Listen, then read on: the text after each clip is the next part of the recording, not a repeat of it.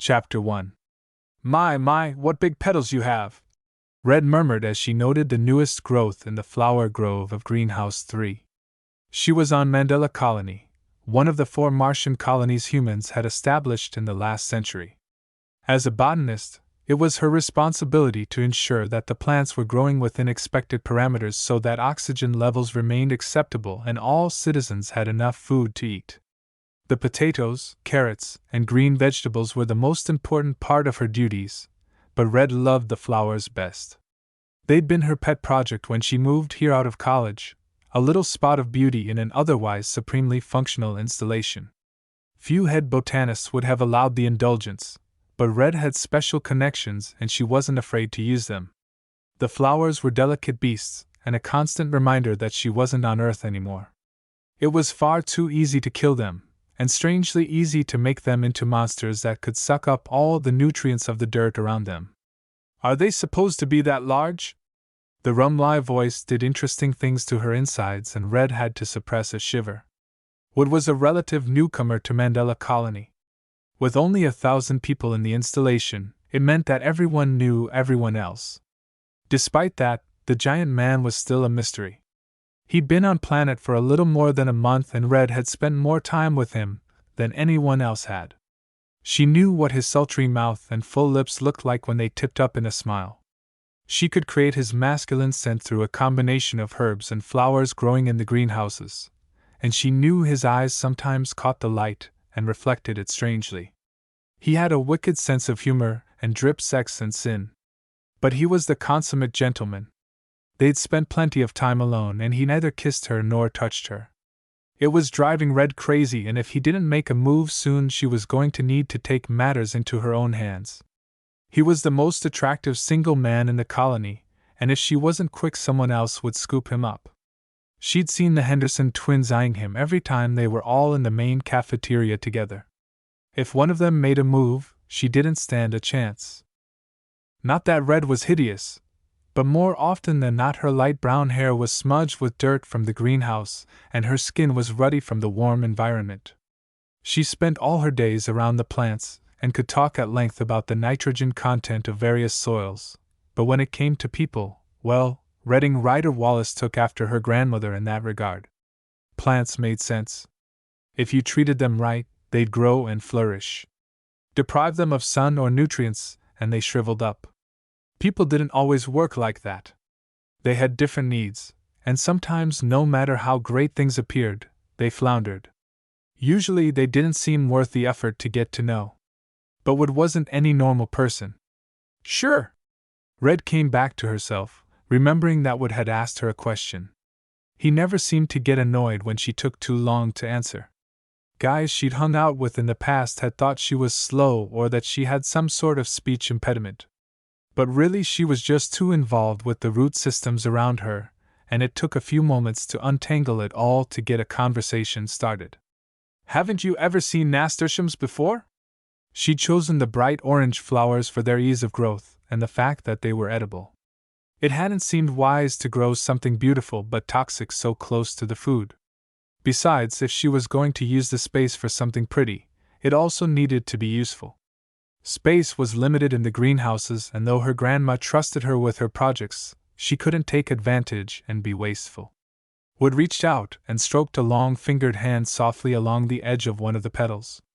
Red had to bite her lip to keep from making a pathetic noise as she imagined what it would feel like if he touched her like that. They're beautiful. He looked up as he said it, and their eyes locked. Red had to swallow hard to keep from saying something that would make her seem foolish.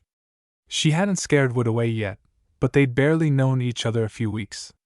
He didn't know how bad she could get. Who would have known that comparing the lines on a man's hand to the root system of a weed could be taken poorly? Or telling him his eyes looked like the most fertile soil she'd ever seen? Yeah, her track record with past lovers wasn't exactly great, which was why she was on her best behavior. She hadn't sent Wood running and she was determined not to. Not until she knew what his lips tasted like. They were so red that she almost thought he used some sort of product on them, but as close as she'd studied him, she was sure it was his natural color. His hair was a deep gold, and he had those same fertile soil brown eyes that she wouldn't tell him about. Like hers, his skin was a bit ruddy, but it only made him look healthy, like he'd just run a few miles and his blood was pumping strong and true in his veins. When he smiled at her, she sometimes caught a glimpse of his teeth. His canines were sharper than any she'd seen on another person, and combined with his towering height and those flashing eyes, she almost wondered if he was enhanced in some way, not completely human. But Red didn't ask. They were still barely more than acquaintances. Even she knew where the line was drawn there. She plucked one of the flowers and offered it to Wood.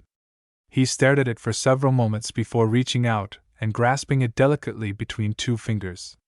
Their hands brushed and Red couldn't suppress this shiver. She pulled her hand back quickly, as if that could hide her response. But Wood grinned at her, a sudden predatory glint in his eye that set her instincts warring inside of her. A part of her wanted to run, wanted to find a safe place to hide from the beast that she feared lived inside of this man.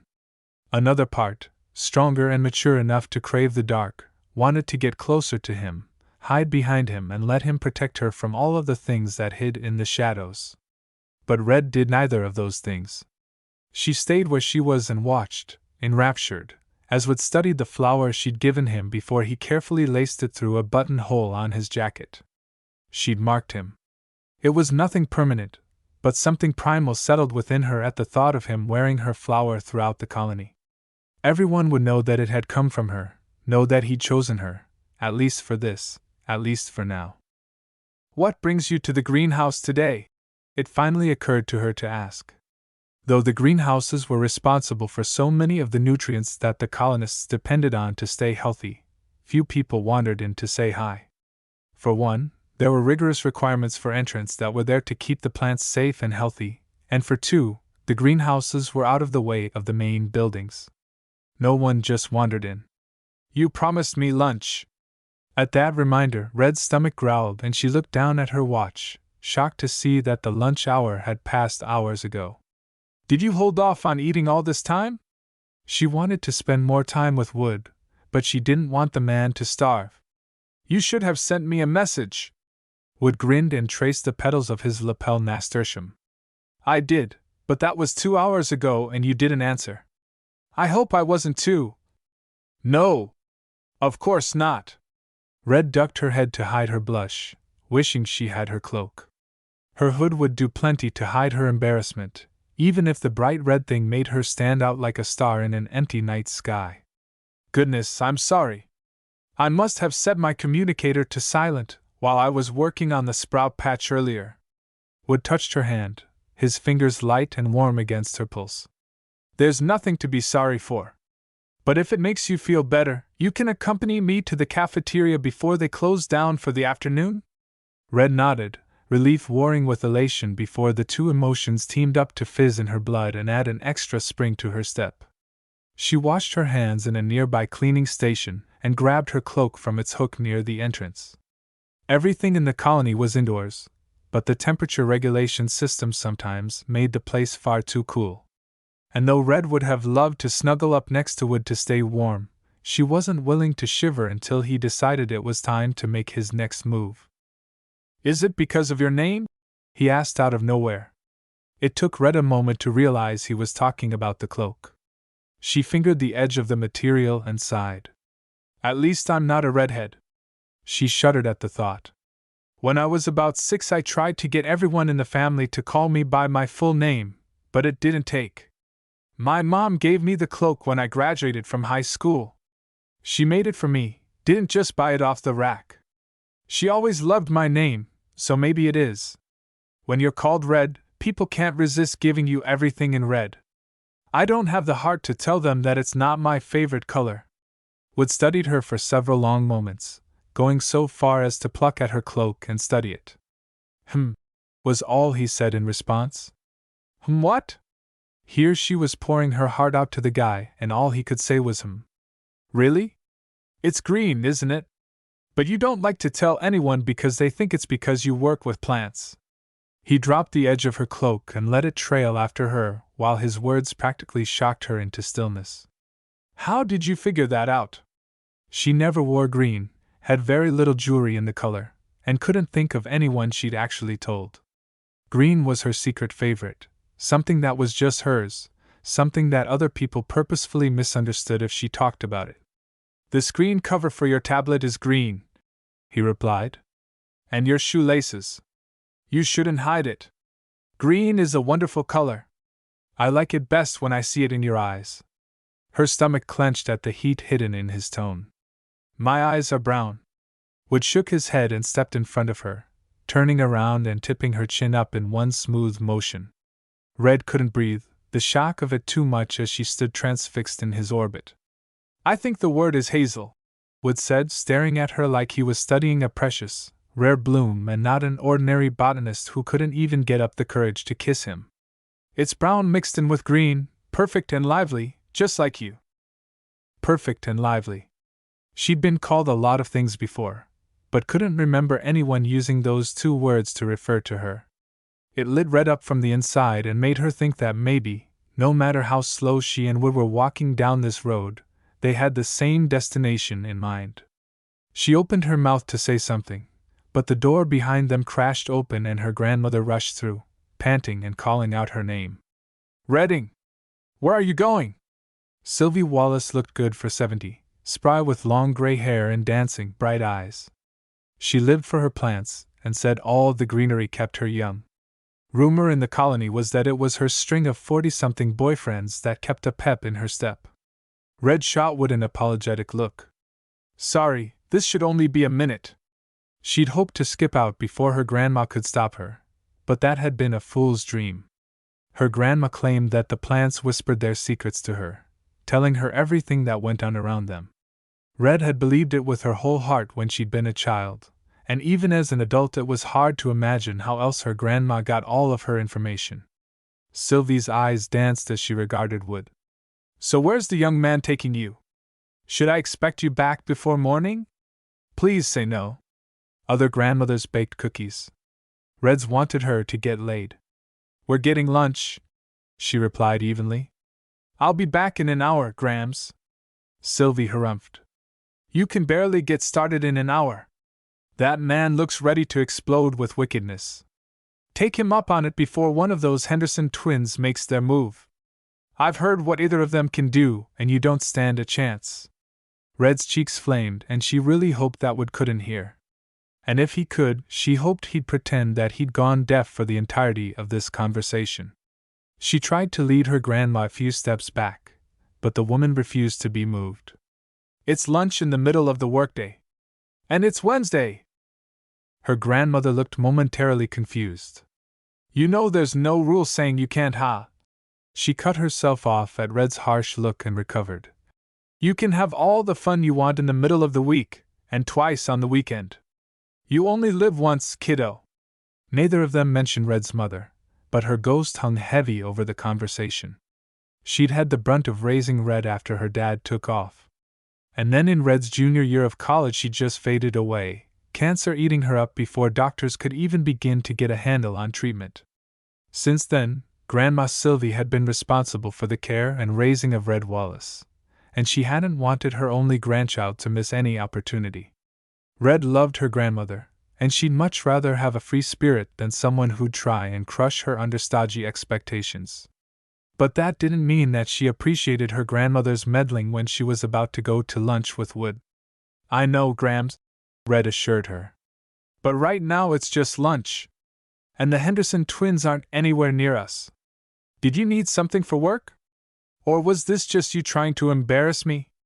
Her grandma didn't even have the grace to look chagrined. "No, embarrassing you is just a bonus."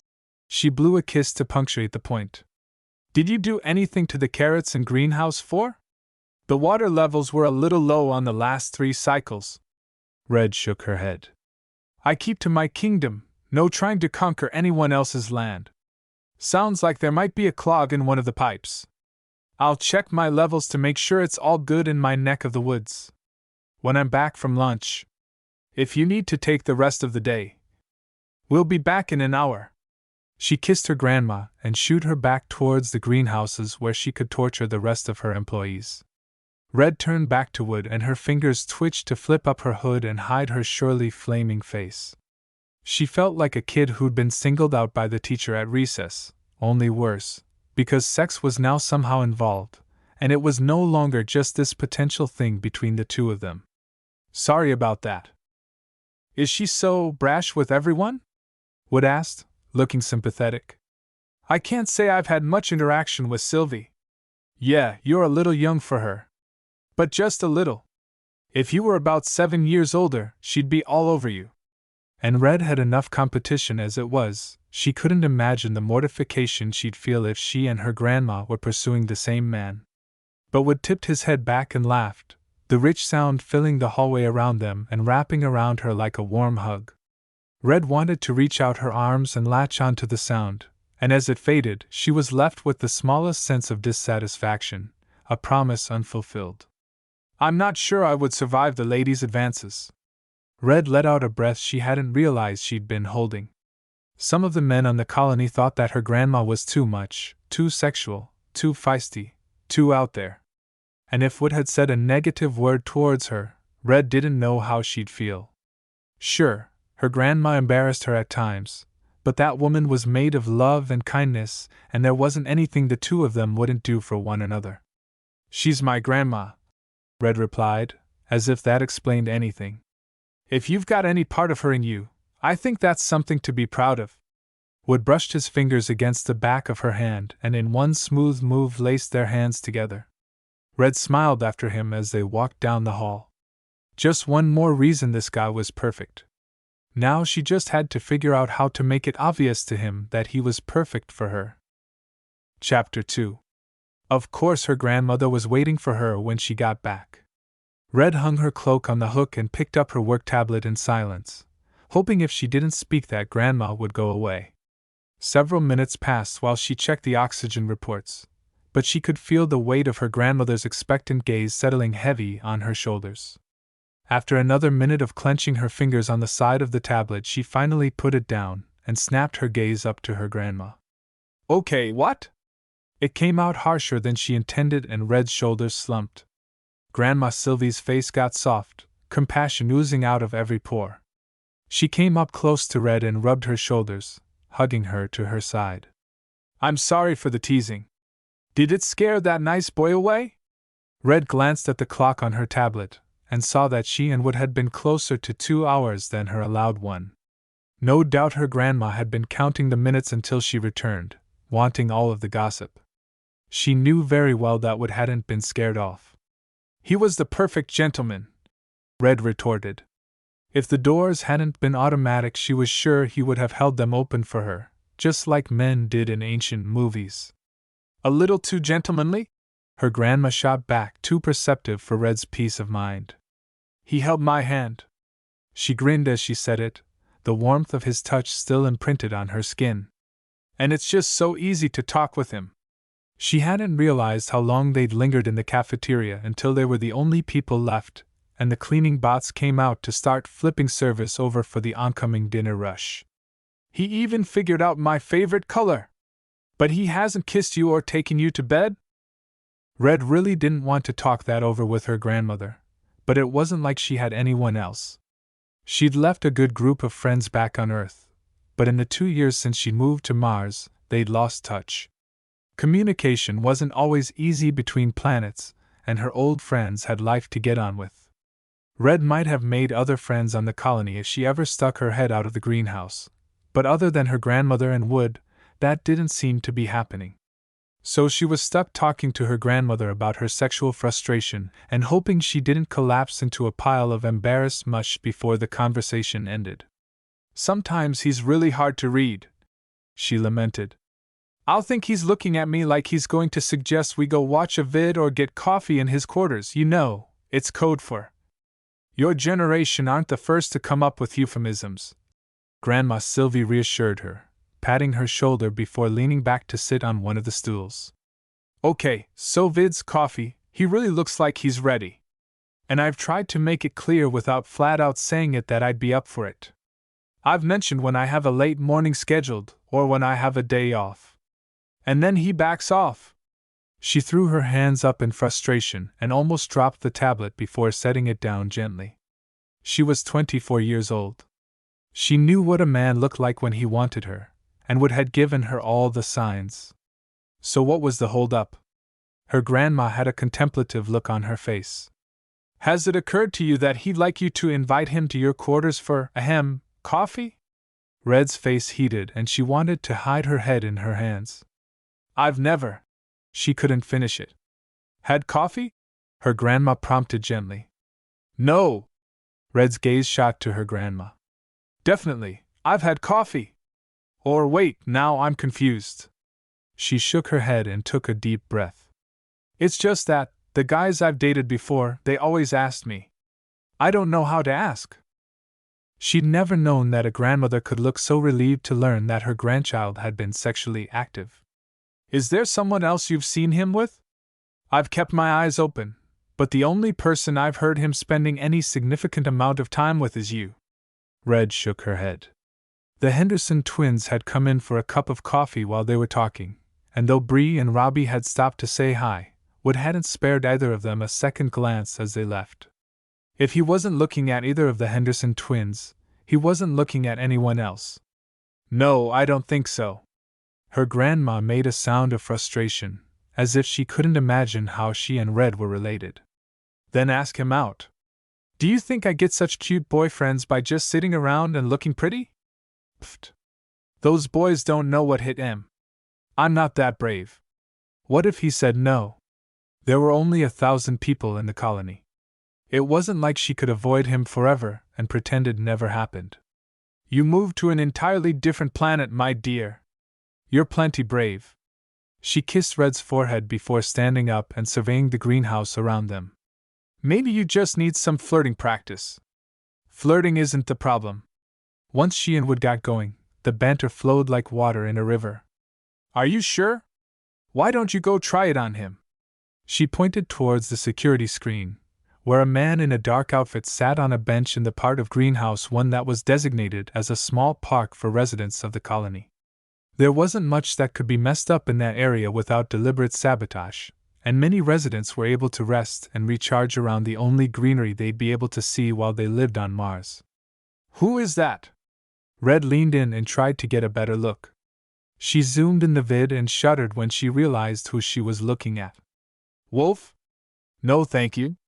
He's creepy. He's cute. Red shook her head at her grandma. No way. Wolf was another newcomer to the colony. He'd come about a week after Wood. He even looked a bit like him, with that predator's mean and brown eyes. But where Wood made her feel safe when she sat in his shadow, Wolf was the hunter. She feared if she was alone with him, he'd try and devour her whole. What's he even doing here? She asked. Sitting? Her grandma didn't seem nearly as concerned as Red thought she should be. Doesn't he have small children to terrify? He had the look of a man who liked to hear people scream. There aren't any small children here, dearest. And even if he looks a little dangerous, I'm sure he's fine. You know how rigorous the screenings are before they allow anyone up here. No one wants any trouble. A notification on another monitor beeped, drawing her grandma away. Red couldn't stop staring at the image of Wolf on the screen. She rarely saw the man. She wasn't sure what his job was, but whatever he did, it was far away from the greenhouses. Usually they only passed one another in the hallways when she was heading back to her quarters. And that was strange enough. Her hours were odd compared to the rest of the colony, and they shouldn't have reason to overlap with his. On those days when they did, she always had that creepy crawly sense of something climbing up her neck before they ran into one another. It was probably just a coincidence, but that didn't mean that she was happy to see the man in her territory. And Wood didn't like him either, not that she needed to know his opinion to make one for herself. Sure, she wanted him to make the first move, that didn't mean that she needed him to tell her how to think. She could remember the only time she'd seen the two of them together. It had been about 2 weeks after Wolf arrived and just before she and Wood had started to frequently get their lunches together. She'd been outside the commissary to stock up on things, when she heard the two men arguing in harsh whispers in a recessed corner. What do you think you're doing? That was Wood, but he'd said he would be busy tonight. Red wondered what he was doing there, and why he sounded so angry. He'd always been so even, so pleasant, around her. She'd never heard him riding the edge of rage. I have just as much right as you. There's no claim, is there? Wolf's voice dripped like honey, viscous enough to drown in and too cloying for Red's taste. We're not doing that. Not here. Did the two of them somehow know each other? Neither had mentioned it. There's no escaping it. Something happened then, a dull thud and scuffling. Red thought she heard a growl and it sent a shiver down her spine. She was frozen in place, unsure if she should run to her room or run to get security. By the time she managed to take a step, the sounds had faded. She gathered up her courage and rounded the corner, prepared to see two bloodied men ready for another round. Instead, Wood stood there, perfectly composed. She must not have heard what she thought. She'd seen the aftermath of a fight before, and he didn't have a hair out of place. Red. He sounded surprised. Wood? Is everything all right? I thought I heard you talking to that wolf guy. She must not have kept the scowl off her face, judging by the look Wood shot at her. He's trouble, she agreed. Here's to hoping he stays far away from the greenhouses. Wood offered her a smile, but it looked forced. After a moment his expression cleared and something seemed to settle in his eyes. Would you like to get lunch tomorrow? She grinned. That sounds great. They'd parted shortly after talking for a few minutes, but Red couldn't remember what they'd discussed. Not Wolf. He was forgotten. But Wood's opinion of him had stuck in her head. She glanced back at the security screen and was relieved to see that the bench Wolf had been sitting on was now empty. He wasn't on any of the other security screens either, which meant he wasn't in the greenhouse. Thank the heavens. Red had one confusing man to deal with. She didn't want to add a creepy man on top of that. She put Wolf out of her mind and returned to her work.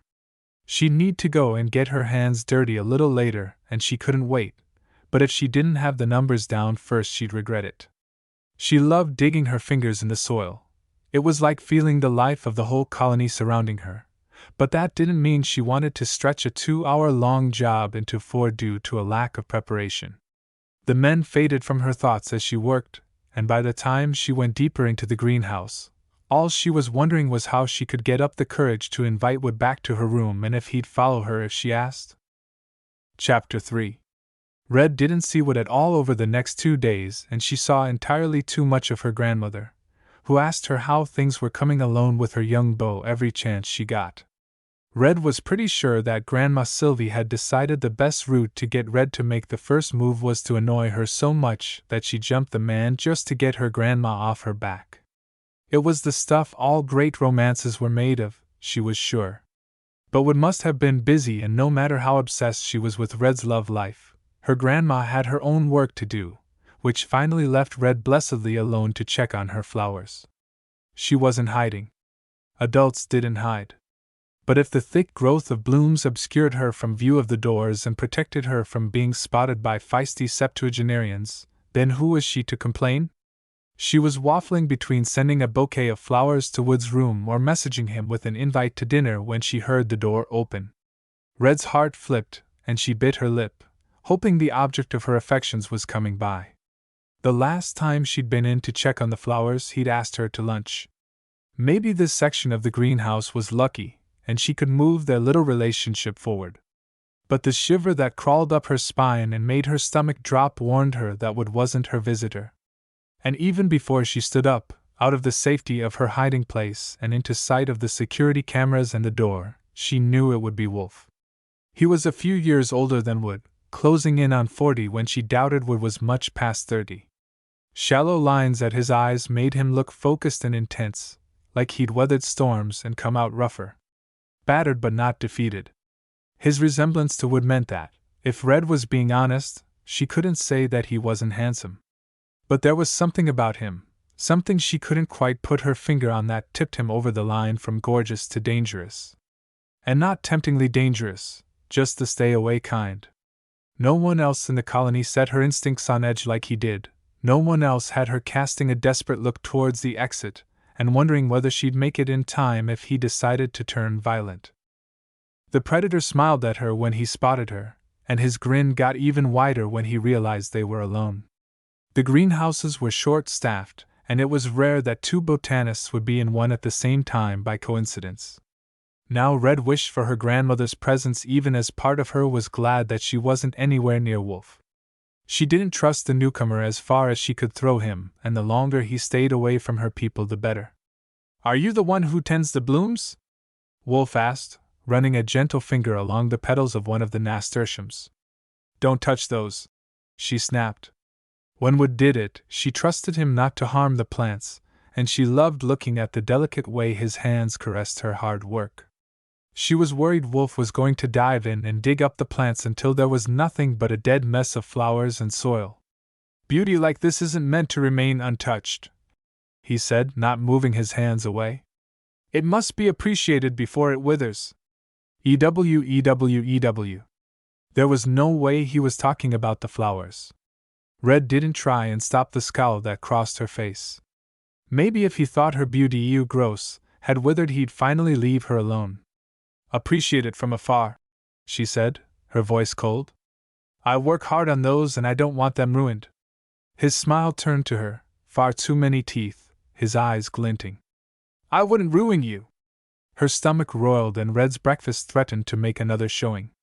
If Wood had been saying these things to her, she might have been dancing for joy. Wolf made them all sound like a threat, made her want to run away and not look back. "We're talking about the flowers." She put as much steel into her voice as she could muster. "Are we?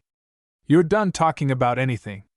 Wood's voice rang through the room like a bell, drowning out everything else until Red was sure of her safety. She smiled at him, bright and relieved, even when she saw the dangerous look on his face. He looked a little more like Wolf, his eyes darker and his body coiled like he was ready to pounce, ready to defend her. On Wolf, it terrified her. On Wood, she just wanted to step closer into the heat of his presence. "Hey," she said.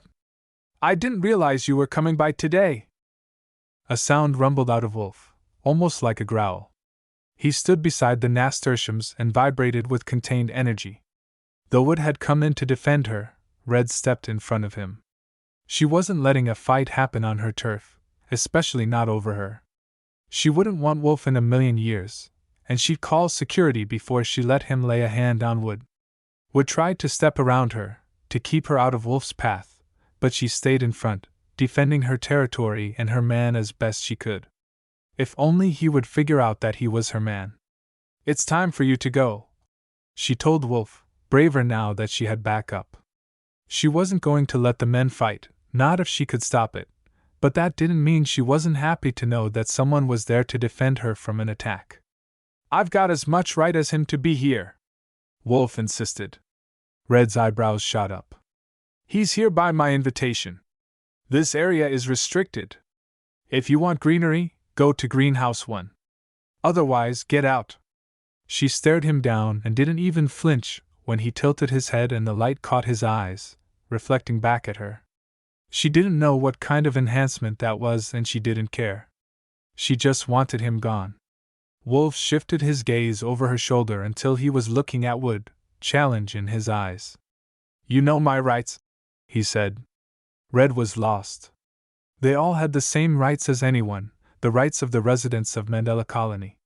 She wanted to glance back at Wood to see if he understood what Wolf was talking about, but taking her eyes off of Wolf didn't seem like a good idea, not when she was certain he was just waiting to spring at them. So she kept staring and Wood remained a silent sentinel behind her. With a huff, Wolf backed down and turned on his heel, leaving them alone in the greenhouse. She didn't sink down in relief until the main door closed and she and Wood were alone.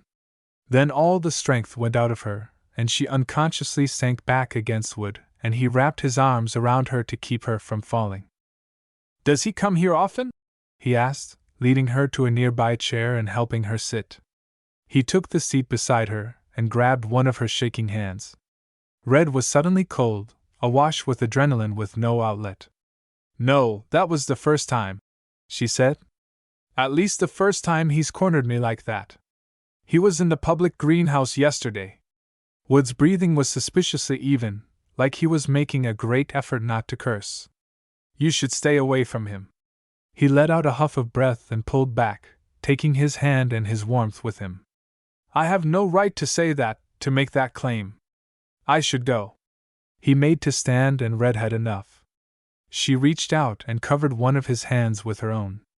I wish you would, she said. Make a claim, that is. You're amazing. And hot.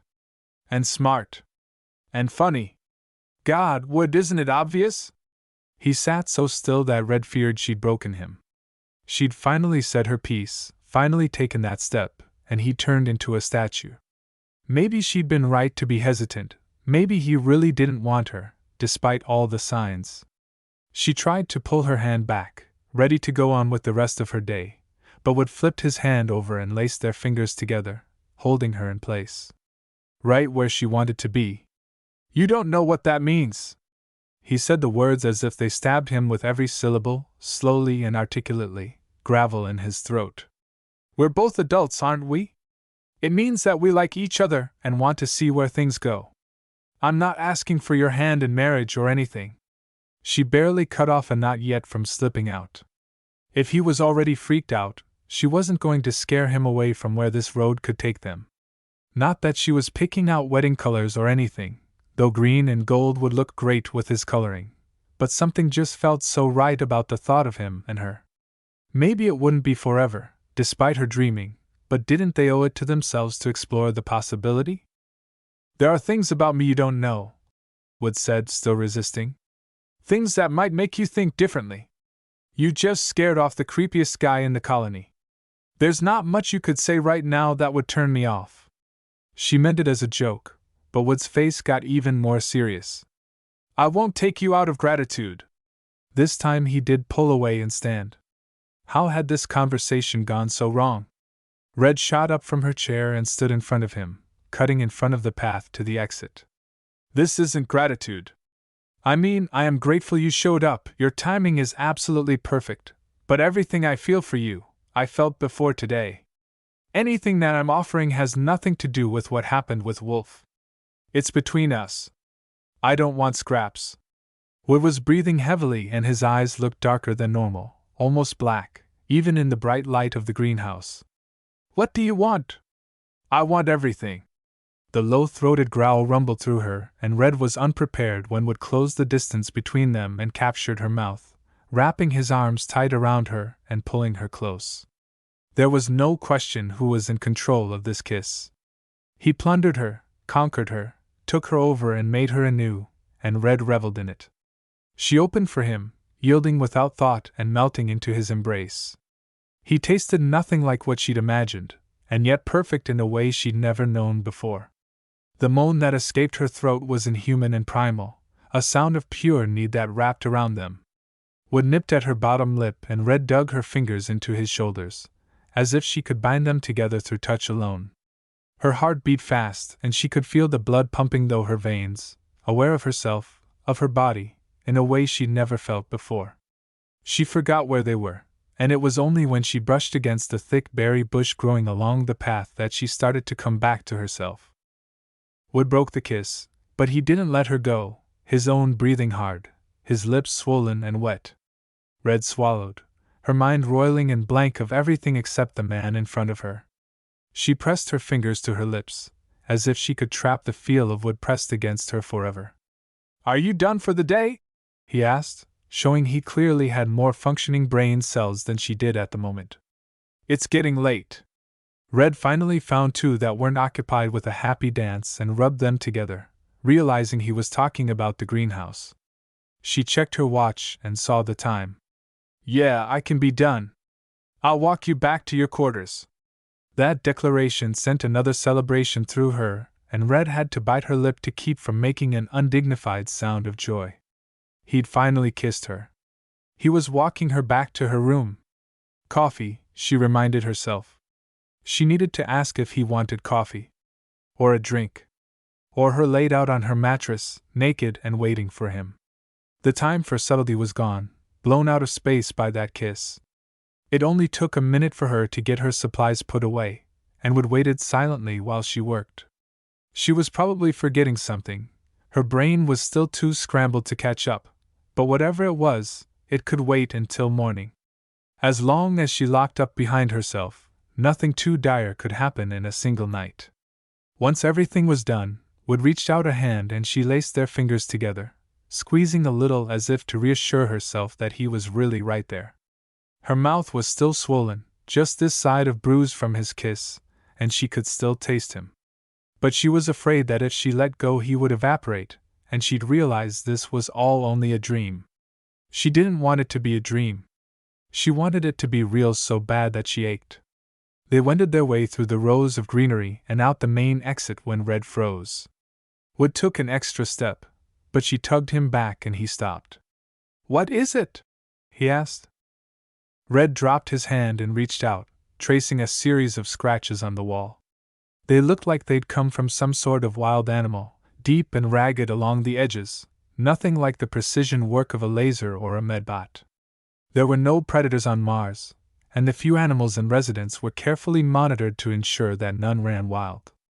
But what she was looking at now looked more like it belonged in some medieval forest than on the wall of a Martian colony. "This looks like..." She couldn't even say it. It couldn't be real. Wood stepped up beside her and placed a calming hand on her back. "It's probably just a prank. I wouldn't put it past Wolf to do something like this. He seems to take joy from others' fear. Do you know him? I mean, did you before you came to Mars? You and he, you're not friends?" Wood smiled ruefully. "I'll admit that he's not my favorite person in the colony. We are unexpectedly similar in some ways, and it means we clash. And given his propensity for targeting those who want to say no, I'll never like the man. He has no control, no manners." Manners were the least of her worries when it came to Wolf, but Wood's reaction comforted her. If he thought this was just some stupid prank, it was probably true. Red didn't need to worry about feral wild animals crawling around the colony, looking to eat unsuspecting botanists. "I'll call it in to security. They can check the vid feed and see who did it." "Good idea." They continued back to her room and Red more or less forgot about the scratches. It was something stupid, something she didn't want to bother focusing on when Wood was walking right beside her. At her door, he tipped her head up and kissed her again, scrambling her thoughts once more. But before Red could get it together to invite him inside, Wood was already bidding her goodnight and walking back down the hall. Still, she couldn't feel all bad about it. The handsome man that she'd had her heart set on since she'd first seen him had finally kissed her. Nothing could ruin her night. Chapter 4. Her night wasn't ruined, but the next morning was. Red woke up exhausted and got to work late, something that hadn't ever happened before. What made it even worse was that her grandma was nowhere to be found. It was almost lunch when Grandma Sylvie stumbled in, her hair unkempt, face clean of all makeup, and a giant sweater dwarfing her shoulders. She looked like hell, but when Red insisted that she go back to her quarters and sleep off whatever bug she'd picked up, Sylvie waved her off. "I've been doing this a fair bit longer than you, my dear. I know what's good and what's bad. I've taken some pills. Just give them a little bit to kick in and I'll be as spry as a 50-year-old. At least, that was what Red thought she said. It all came out muffled through the sweater and snot that made up 90% of her grandmother. "Please," Red begged, "take a nap. There's nothing so important that it can't wait for you to get better. We're all good. I promise." Her own slow, drowsy morning dissolved in concern for her Grams. She'd happily go a month without enough sleep to make sure that her grandmother stayed healthy for another few decades. "If everything is all right, then why was security leaving when I walked in?" Grandma Sylvie reached for something high on one of the shelves and seemed to rethink her decision. She looked ready to wobble, so Red rushed up to her and guided her to a stool at the central table. Their office was built in the center of one of the greenhouses, surrounded by walls of plants on all sides. It could get a bit humid and steamy, but the fresh air around them was worth it. They saw the red sky of the planet overhead, but the sun couldn't cook them due to the treatment on the greenhouse windows. As far as Red was concerned, this was the best place on the colony to work. She didn't know how anyone else did it, locked up in their little boxes and left with artificial light and recycled air. It sounded terrible. Even her own quarters had plants that she'd adopted out of the greenhouse and tended like they were precious pets. Red had been waiting for her grandma to arrive so she could explain the situation, but now she knew she could handle it alone. It's nothing you need to worry about, just a stupid prank. Security is going to review the footage and see if there's anything that can be done. What kind of prank? Grandma Sylvie was fading fast. Instead of jumping up and rounding on Red, demanding to be included, she just tilted her head to the side and stared at her, waiting for her to respond. Red sighed. There was no way she was going to keep her grandma out of this, so the best option was to make sure she knew that Red had everything under control. Someone made some scratches in the wall by the entrance. It kind of looked like a wild animal or something. Obviously, there are no wild animals in the colony, so someone had to be playing a joke. I think it was. No, now wasn't the time for wild speculation. Of course, her grandma was always up for wild speculation. Who? Red looked around to make sure that they were still alone, that no one could overhear them. The other botanists were busy at work and far out of earshot, and they didn't have to worry about any other colonists coming into this office unattended. Wolf was giving me some trouble. Wood showed up and scared him off. We got to talking and it was a little while before we left the greenhouse. Yeah, her grandma didn't miss that pause. You left together? Her grin looked painful on her sick face. He walked me back to my room and left her completely frustrated, a mass of hormones looking for an outlet, one that would so cruelly deprived her of. And? Prompted Grandma Sylvie. And then he left, we just walked back to my room. But back to the scratches, you know, the thing that security was checking out. Can we talk about that? Red crossed her arms and raised her eyebrows, giving her grandmother a challenging look. Sylvie waved her on, and though she made no mention of it, Red knew that she'd be coming back to the wood thing in no time. It was creepy, like a threat or something. Right outside the main entrance to my greenhouse. Wolf shouldn't have been there in the first place, but you know that it's useless to leave the doors locked while we're working. It had been a point of frustration for the botanists in the early days of the colony. Security protocols stated that all greenhouses should be locked up tight all the time to protect their supplies, but the automatic sensors were faulty and couldn't sense who was trying to come through the doors, which meant the botanists had to manually unlock them every time they went through. If they hadn't had to carry supplies and samples from greenhouse to greenhouse, it probably wouldn't have been a big deal. But when their arms were full and their carts overflowing, it became too much of a hassle. By the time Red had moved to Mandela Colony, it was standard practice to leave the greenhouses unlocked while a botanist was inside and only lock them when they were unattended. Yes, of course. Have you been having a problem with visitors? Red didn't know if her grandmother's sinuses were clearing or if she was just getting used to hearing her muffled voice. If you're asking about Wolf, no, not really. I mean, we saw him the other day, but that was in Greenhouse 1 and he's allowed to be in there. This was the first time that I know of that he came into a restricted section. He was... She shuddered, remembering all of the things that he had said. I think he was trying to flirt, it was gross, and I want that dude to stay far away from me. I don't know if he would have done anything, but Wood showed up and between the two of us we were able to make him go away. Did they fight? A 70-year-old woman should not have been that excited at the thought of two grown men brawling. But Grandma Sylvie had never been a normal 70-year-old woman. No, Grandma, they did not fight. I made sure of it. What the hell?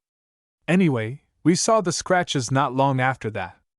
Maybe Wolf had a tool of some kind, something that let him scratch the wall that deep. I'm sure we'll get it fixed soon enough. In the light of day, in a nicely populated greenhouse, and with her grandmother right beside her, Red didn't feel nearly as freaked out as she had been last night. The security guards had seemed to agree that it must have been a prank, so with that consensus, she was willing to let it drop. Security could handle Wolf, she was happy to leave him in their care. When you've got two men like that raring to go, I say let them at each other. Get their blood up. Believe me, whichever one you want, you'll thank me. Red had to cover her face with her hands and groan. Grandma! Really? No. Not cool.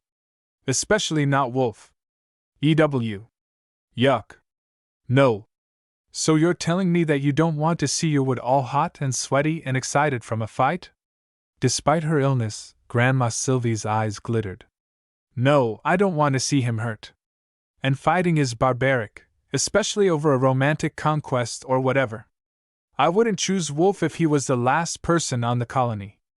I don't need wood to make some grand statement by pounding that creepy dude into the soil. Besides, I don't want Wolf to contaminate anything. Grandma Sylvie's laugh quickly transformed into a cough, and she slumped down on the table as if it were too much effort to sit up. Grandma, please go back to bed. A little rest and you'll feel so much better. If you don't, you know you're going to be laid up for the next week. Red was close to getting on her knees to beg. Though her grandma seemed young and healthy most of the time, it was days like these that Red was reminded of her age, was reminded that Grandma Sylvie wouldn't be around forever. I'll be fine. Stop worrying. Go to your work. Her grandma pushed herself up from the table and gathered a tablet close, scrolling through data that had been collected the day before. Red stared at her for several moments. In the end, she walked away. Her grandmother was a grown woman who could make those decisions for herself, no matter how much it hurt Red to see her sick. But on her way out of the greenhouse, she pulled aside her fellow botanist, Aiko, and asked her to keep an eye on Sylvie. Aiko promised that she would let Red know if her grandmother got worse, and that was the most that Red could hope for. But if her grandmother wasn't better the next day, she'd put her foot down and threaten to call in the colony medic if Grams didn't go back to bed. It turned out that Red didn't need to threaten her grandmother. The next day there was a message waiting for her on her communicator stating that Grandma Sylvie was going to take the day to sleep her tiny, annoying cold off. Red put in an order for chicken soup to be delivered to her grandmother's quarters, and that night when she was done with her duties, she poked her head into her grandmother's room to check on her. But Grandma Sylvie was sleeping and she didn't want to wake her up. When her grandmother didn't come into work the next 2 days, Red really began to be concerned. She knew that a cold could knock someone off their feet, and sicknesses tended to last a bit longer for humans who weren't living on Earth. Terraforming environments could wreak havoc on immune systems. She had barely even noticed that Wood had kept away from the greenhouses since their kiss. But once she thought of it, she wondered if the man was avoiding her. It had been a hell of a kiss, something she dreamed about every night since it happened, and sometimes daydreamed when her work got monotonous. But between her work in the greenhouse and her concern for her grandmother, she'd been too busy to chase Wood down. Wolf had appeared on the security feeds a few times, but he hadn't gotten near her. Sometimes the hairs on the back of Red's neck stood up, as if she was being watched, but whenever she looked around she didn't see anyone. Security told her that something had screwed up the feed right around the time the scratches showed up, and they said that Wolf had shown up on a separate feed in the cafeteria only a few minutes before the video blacked out.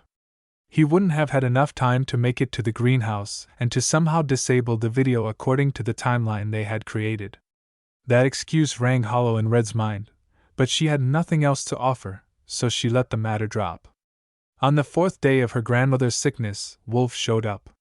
She'd been assigned some minor gardening duties in Greenhouse 1, and though she wanted to stick security on him, she had to remind herself that the public had access to this area, and he was allowed to be there. "It's so good to see you. I miss you after our little talk the other day," Wolf crooned at her. Red kept her head down, working hard at her task and hoping that if she ignored the man he would go away. Given Wood's disappearing act, she doubted she could count on him to save her this time. But she was a grown-ass woman, and she wasn't going to rely on a man to protect her when she could protect herself. "Still not claimed, I see," Wolf continued, as if she wasn't doing her best to ignore him. "Claimed? What the hell did that mean?" Red bit the inside of her cheek to keep from asking. She didn't want to encourage him. "Our Wood certainly wants things done his way, doesn't he?" Wolf asked. He bent down beside her, and Red was ready to do something if he laid a hand on her. But he only took a deep breath, taking in the verdant scent of the greenhouse around them. "Our Wood? Did he really know Wood?" Now that she thought about it, Wood hadn't answered when she asked if he knew Wolf, not directly. But no, she still wasn't going to respond. Wolf had to get bored eventually if she refused to play his game. Red clung tightly to that hope. He thinks he has all the answers, that somehow his ways are better. But give me one night and I can prove to you that I'll make it. That's enough. I don't know what you're offering, I don't care. Red imbued her voice with steel, strong and unwavering. But let me make this clear.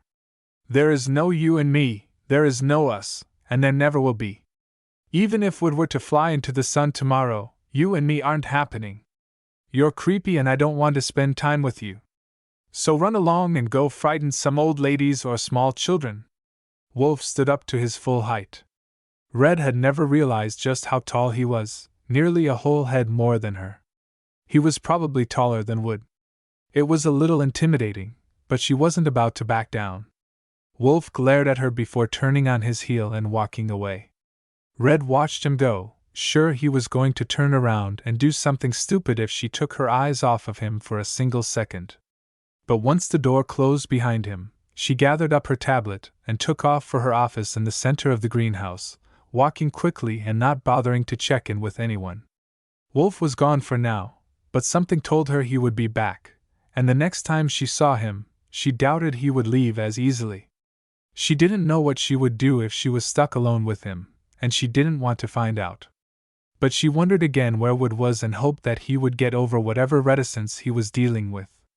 Between her grandmother's illness and Wolf's advances, she could use a shoulder to lean on. But the only one she wanted was nowhere to be found. Chapter 5. Oh my God, are you okay? The words burst out of Red's mouth when she spotted the figure crouched in front of the door to her quarters. At first she didn't realize that it was Wood.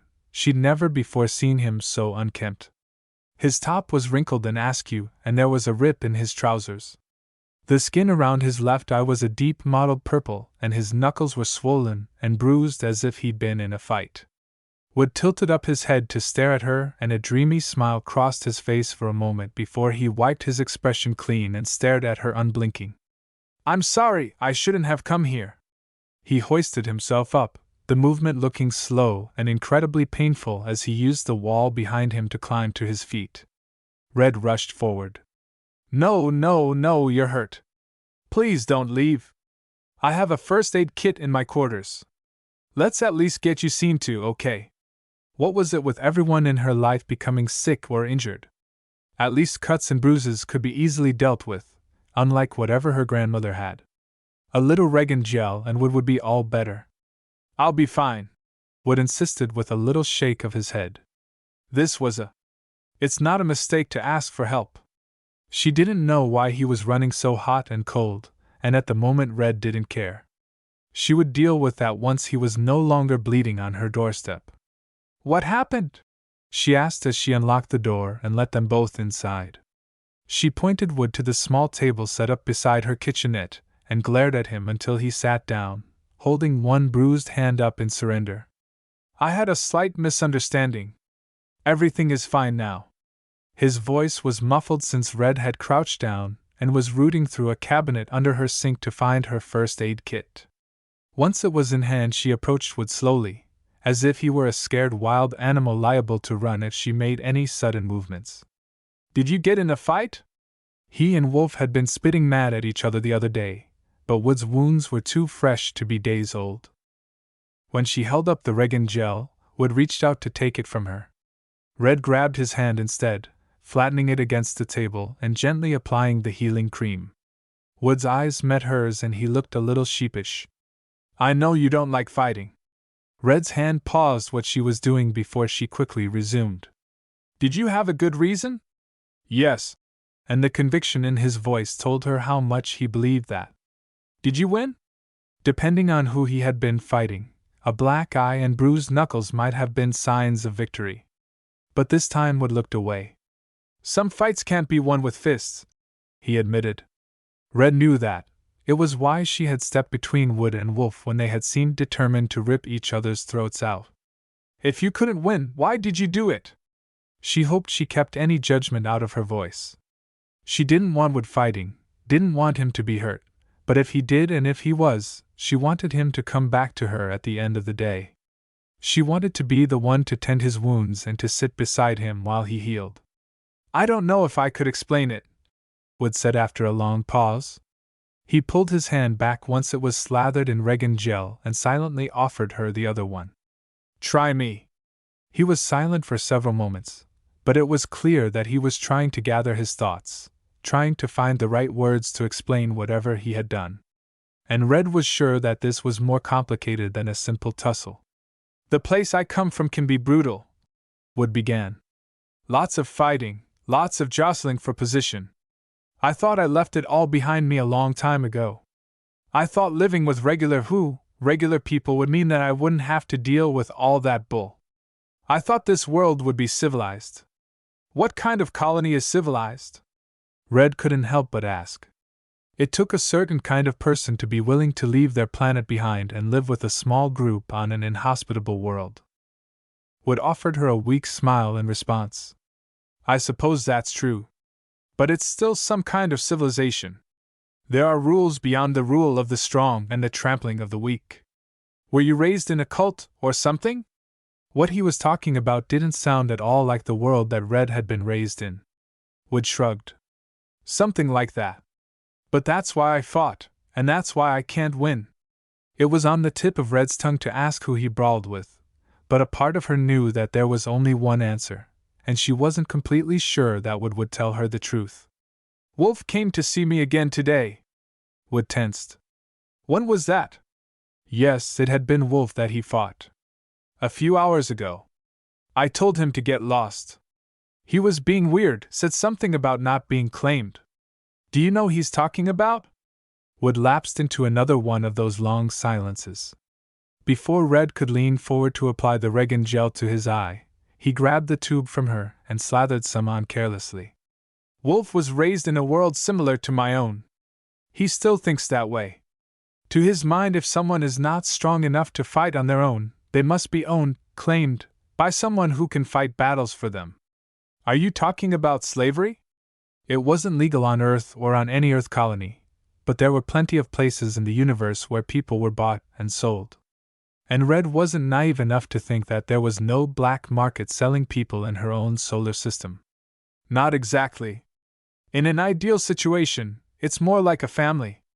There are those who provide and those who are provided for. But not every situation is ideal, and when you have men like Wolf, you can almost guarantee the system will be abused. Did you know him before you came to Mars? He hadn't answered the question the other day, but now Red was learning more about Wood's past than she ever thought she would. No, but I know his type. So do I, Red deadpanned. And she didn't need to be raised in a creepy cult to understand it. So let me guess, Wolf wants to claim me and he won't back off until he wins or until someone else beats him to the punch, right? Wood hung his head in his hands, careful to avoid angering his black eye. You shouldn't have to deal with this. You're not a part of this.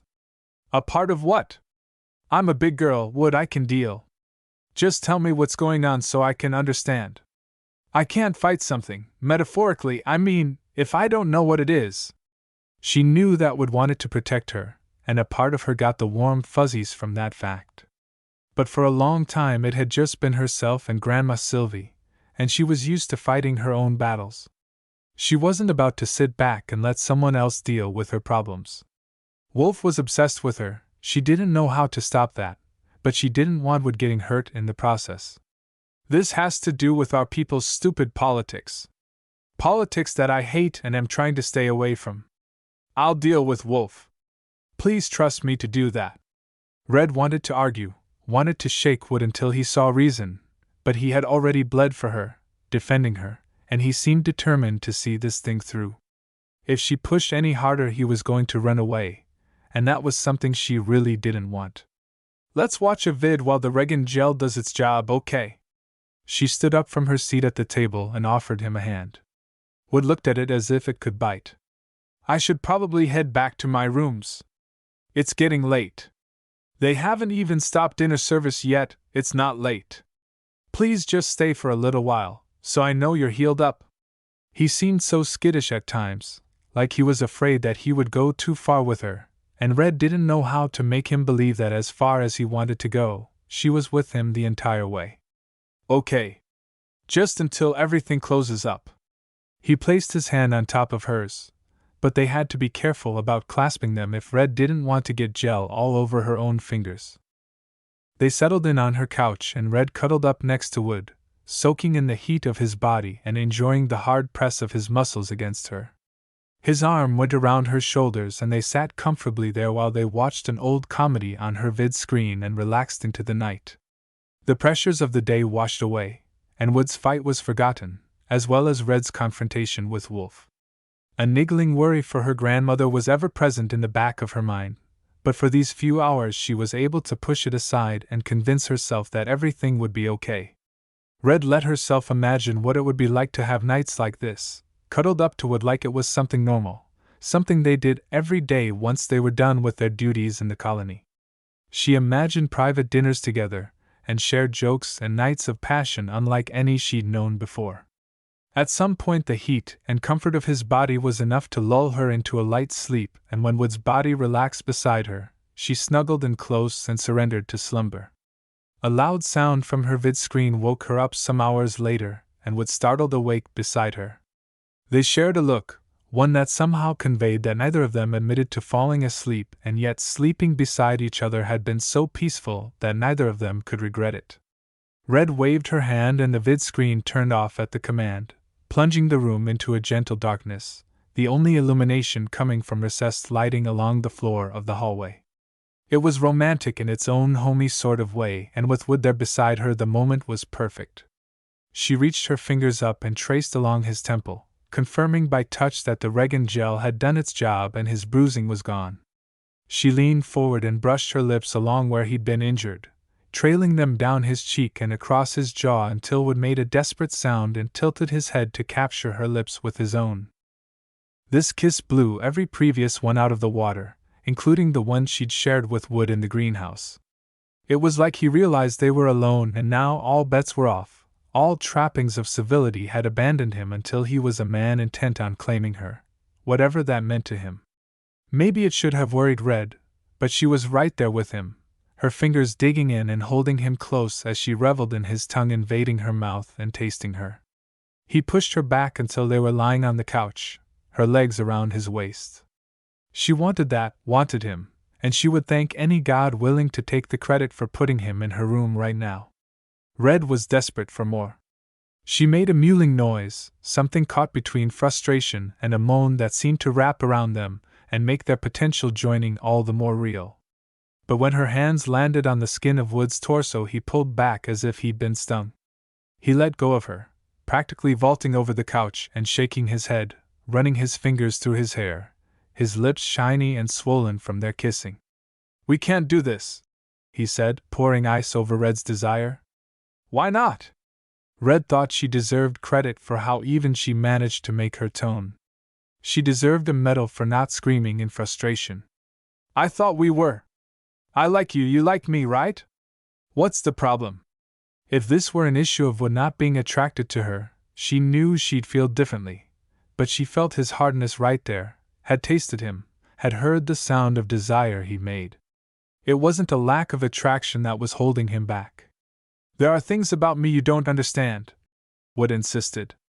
"You said that before?" She remembered the greenhouse now, remembered how it ended. "So tell me. Stop treating me like I'm some child." Wood blinked slowly. "I promise you, I would not treat a child like this." Red rolled her eyes and had to press her lips together tightly to keep from smiling at the utter seriousness in Wood's tone. "Of course not. I'm not talking about the kissing. I'm talking about what seems to come after it every time. Is this about the wolf thing? All that claiming bull he's talking about? He has nothing to do with us." "It has everything to do with us. With me. I can't simply." He shook his head and growled in frustration. "There is nothing casual about the relationship I can offer. You have to be sure. I am sure that this is what I want. What's so confusing about that?" Red wanted to take a step closer, wanted to touch him, wanted to prove to him that she knew what she was talking about, but she stayed rooted in place. He was one breath away from running again, and she didn't know how many times her heart could take that. But he was going to test her again. You need to think about this. There were plenty of men out there, plenty of people, without nearly so much baggage. Think about choosing one of them. If you walk away now, I can let you go. And if I don't walk away? There wasn't another person in the colony, wasn't anyone back on Earth, that Red wanted more than she wanted Wood. She just didn't know how to make him understand that. Then I have to. Because next time I can't. And with that he turned on his heel and walked out the door, leaving Red a frustrated, aching, hurting mess behind him. Chapter 6. The large container of soup in her hands was half apology and half payment. Red had let the days go by and had barely had time to stick her head into her grandmother's quarters to see how she was doing. But now that her emotions were all in a jumble from Wood's abrupt departure last night, she couldn't stay away any longer. She needed her grandmother's guidance, needed her no-nonsense attitude towards men and dating. And really, she just needed a shoulder to cry on while she figured out what the hell had happened. He liked her. Every single indicator he gave said that he did. He kissed her like the world was ending and only their lips could stop the apocalypse. So what was all that nonsense about needing to walk away? Did he think that she only wanted something casual? Did he? Because Red knew if something started between them, she would take everything he had to give and beg for more. Wood was the kind of man you didn't let go. And yet he ran. Her eyes were puffy and her entire body felt like it would shatter into a million pieces if the tiniest bit of pressure was applied. She'd barely slept the night before, her mind racing with all the questions that Wood hadn't stuck around to answer. Somewhere in the early hours she'd surrendered into a fitful sleep, but even that been filled with nightmares of her grandmother's illness, of Wolf and whatever mess he intended, and of Wood turning his back on her and walking away. She thought life on Mars would be more peaceful than Earth. She had never expected this emotional tumult. Her grandmother's quarters were in the oldest section of the colonial apartments.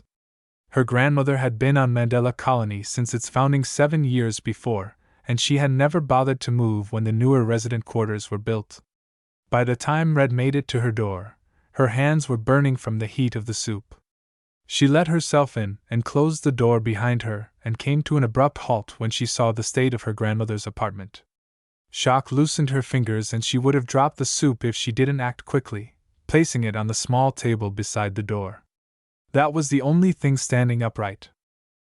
The couch had flipped over onto its back, the vid screen hung askew on the wall, and one of the table legs on the coffee table was broken. A faint sour smell hung in the air, like rotten food or an unwashed, sick body. Grandma Sylvie was not meticulously neat. She didn't mind a little clutter or a little dust, but the state of her apartment right now went far beyond anything that Red had ever seen before. It looked like the place had been ransacked. "Grandma?" she called, hoping for an answer, hoping she wouldn't find something terrible, something that would give her even worse nightmares. What was wrong? Had Grandma Sylvie become delirious and trashed the place? Or had someone taken advantage of her sickly state and broken in? There was a scuffling through the door to her grandmother's bedroom, the shuffling of sheets and creaking of the bed frame as someone moved around. A throat cleared and the sense of wrongness intensified. Red was 1 second away from backing up and calling security, but a high-pitched voice, muffled and nasally, came through from the back of the apartment. "Red, is that you, my dear?" Did Grandma Sylvie always sound like that? Or was it her cold? Her voice was almost ridiculously high-pitched, like a comedic impersonation of an old woman. But why would someone be impersonating her grandmother? Red shook her head, trying to clear her thoughts. She was just all jumbled from the lack of sleep, the stress of her grandmother's sickness, and the increased workload that gave her, and the emotional turmoil from Wood's rejection. "Are you all right?" she called, getting closer to the room. The light was turned off, everything cast in a pale darkness, but even so Red could still see that the room was just as messy as outside. "You sound weird. Do you need more medicine?" Her grandmother cleared her throat. "No, no, my dear. Everything is all right. Come a little closer. Let me see you." Red made it to the threshold and saw a giant pile of covers obscuring Grandma Sylvie from view. "Aren't you a little warm?" Her grandma always complained about how hot it was. She must have been sick if she was covered by almost a meter of blankets. Oh no, it's nice and toasty. Come closer, come closer. Red didn't want to step any closer. Something was so wrong here, and some ancient instinct was beating at her to run away. She could almost hear it. Thump, thump, thump, thump. But maybe that was just her heart. She stepped into the room slowly and glanced behind herself, as if she needed the reassurance that the door behind her would remain open. Do you want me to get a medic to come check you out? She asked. You don't look so good. Or at least, the pile of blankets she was under didn't look so good. Red still couldn't see her grandmother. I'm feeling better already, Grandma Sylvie reassured her. And once I have you by my side, I'll be as good as can be. Thump, thump, thump, thump. It was so loud in her head that Red was sure it was a real sound. She came around the side of the bed and caught sight of her grandmother. She didn't look good, not at all. There was only a thin strip of skin that Red could make out, the rest covered by blankets, and now that she was close she could see they were all knotted up as if her grandmother had been tossing and turning for days. Thump, thump, thump, thump. Red jerked her head to the side and saw that her grandmother's closet door was closed, and for some reason a chair had been stuffed in front of it, a chair that was vibrating as if someone was beating on the door behind it. Red tried to take a step back, but whoever was laying in her grandmother's bed shot out their hand and clamped it hard around her wrist. His skin was hot and dry and practically burned her where it made contact. When the covers flew off, she wasn't entirely surprised to see Wolf spring up and advance on her, backing her up against the wall and crowding her space. With his free hand, he traced a line down her cheek and tilted her head up to face his. Your timing is almost perfect. Though I wanted a few more minutes to perfect my gift. Bile crawled up her throat and Red struggled against him, but his grip was tight enough to bruise and she couldn't pull away. What are you doing here? What did you do to my grandmother? She's fine, he assured her. And once you agree to be mine, we can put all this behind us. What? Red coughed it out, not quite sure that she was hearing correctly. Yours? Yeah, no, not happening. Let go of me right now. Leave us alone. She struggled again, and Wolf tightened his grip, practically making her bones grind together. Let me go. Your grip is too strong. All the better to hold you with, my dear. His eyes gleamed, an unhealthy light that told her exactly what he wanted to do with her. To her. Red pushed the pain aside and intensified her struggle. She'd rather have a broken wrist than be stuck in Wolf's embrace. She managed to get one hand free and lashed out, punching him along the jaw and clipping his nose. It was a glancing blow, not enough to do any damage, but he seemed stunned that she'd lashed out. A low growl began in his throat and rumbled across the room, terrifying and feral and enough to freeze Red in place. You shouldn't have done that. It came out garbled, as if there was something in Wolf's mouth. Your teeth! They were lengthening as she watched, canines growing to sharp points, his mouth elongating and transforming before her very eyes.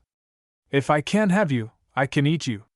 She barely understood what he said, but when the words registered she let out a piercing shriek right into his ear. Wolf dropped her hand in shock and Red vaulted over the bed, kicking the chair outside the closet aside and opening the door to reveal her grandmother, sweat-soaked, her hair in knots, her face bruised, and hands bound, thumping her arms weakly against the ground. Red looked back at Wolf as if she could question why the hell he'd put her grandmother in the closet, but standing where he'd been was a giant wolf, one large enough to leave those claw marks she'd seen a few days before outside the greenhouse. One more than large enough to eat her and her grandmother, and still be hungry for more. A crash from the other room caught both her and Wolf's attention for a moment, and they were frozen in place as Wood barged into the room. For a moment, pure relief crashed through Red, lifting her up and making her feel like the entire situation would be okay. Wood was here, he had this under control. And when he looked at Wolf and let out an almost identical growl to what she'd heard Wolf make earlier, she didn't understand. Not at first.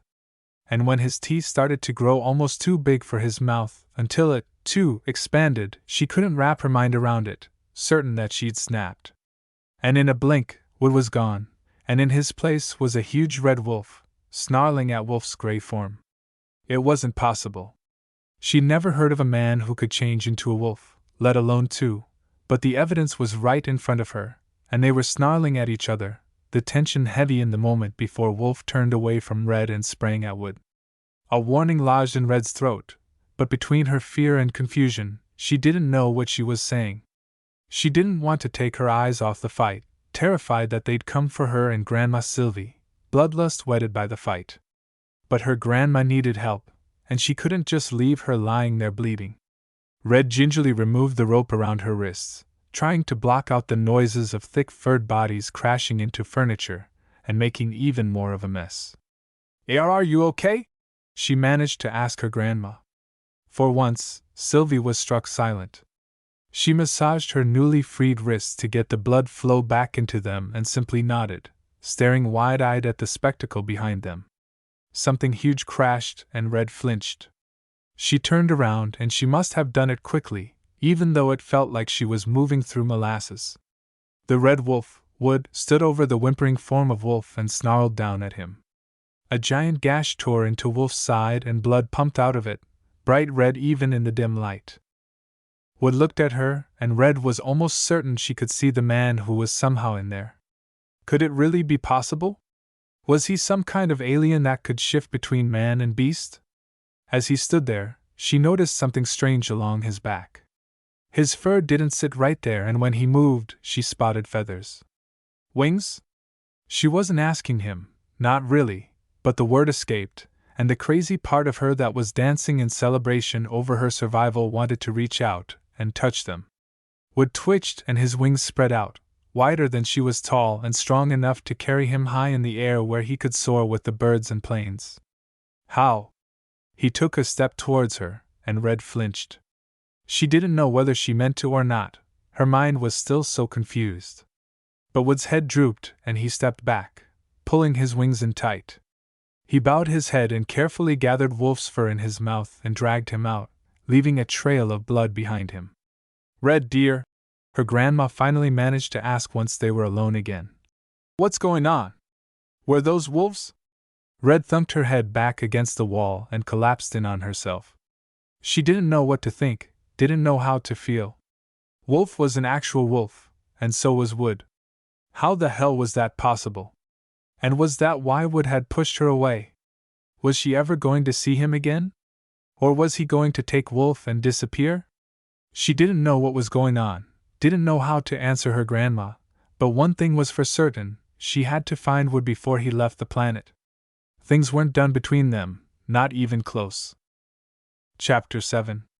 Grandma Sylvie was so shaken up by everything that had happened that she and Red were already entering the door of the medic station before she thought to protest. "I'm fine," she turned to Red and said, trying to wave off the medic that was approaching them swiftly. "This is nothing that a little Regan gel can't take care of." But Red wasn't taking any chances. She didn't want to risk her grandmother's health, especially with whatever Wolf had done to her on top of her already weakened body. Though, to be fair, except for a little redness around her nose, Grandma Sylvie didn't look too sick. Red wanted to ask her what had happened, but she was incredibly conscious of the medics all around them, and she didn't know what she should say. Who would believe her if she said that not one, but two, residents of Mandela Colony had turned into wolves and fought in her grandmother's apartment? Sure, they lived on Mars, sure aliens existed, but until a half hour ago Red had been convinced that both Wolf and Wood were human. She had never heard of aliens who looked completely human but could shift their shapes into those of animals with wings, and animals from Earth at that. She got her grandmother situated on one of the beds in the medic station, and it wasn't long before one of the medics approached them, her scrubs bright blue and her smile concerned. "It looks like you've had quite a night." Red had to bite her lip to keep from sputtering, but her grandmother had no such compunction and a laugh burst out of her, loud enough to draw the attention of everyone in the room. "You could say that," Grandma Sylvie said. The medic, her name tag said Callie, brought a medbot close and started a scan. "So what happened?" Red and her grandmother shared a look and quickly came to the unspoken agreement not to say anything about Wolf or Wood. I've been fighting off a nasty cold for the past week, Grandma Sylvie said. It seems my balance wasn't as good as I thought it was. She looked pale and weak sitting on the bed and submitting to the medic and the robot that would find out if anything was wrong with her. Red wanted to hug her close, wanted to assure her that everything was fine now, that they were safe, but she was afraid that her grandma had unseen injuries, and she could not guarantee what would happen if Wolf or Wood came back. Wood had to be coming back, right? Things weren't done between them. And if she wasn't busy seeing that her grandmother got the best treatment that the colony had to offer, she'd be searching every building for him, running him down before he could escape. But she couldn't do that right now, and she had to hope that the delay didn't mean the end for them. She wasn't sure what she wanted other than answers, but every time she thought that she might not see Wood again, her stomach clenched and dropped and worry bubbled up inside of her. Grandma Sylvie reached up and patted her on the shoulder. I'm fine here. I know there are things you need to do. She'd always been able to read Red, to know what Red needed even when she was conflicted about what she should do. I'm right where I belong, Red replied. You said you fell? Callie broke into their conversation, reaching for Grandma Sylvie's arm and straightening it. Bruises had blossomed around her wrists where Wolf's rope had held her. Grandma Sylvie's eyes widened before she shot Callie a salacious grin.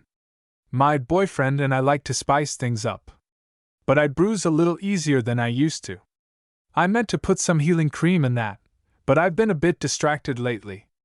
Callie stared at Sylvie for several beats before letting her hands drop. She didn't mention how the bruises looked fresh or how Sylvie didn't seem to be in any shape to be spicing up her love life at the moment. When the medbot beeped, she pulled the readout and nodded to herself before typing a few things on the screen and turning back to Sylvie. You're a bit dehydrated, and these bruises are going to hurt if we don't get some Regan gel on them. But luckily nothing is broken.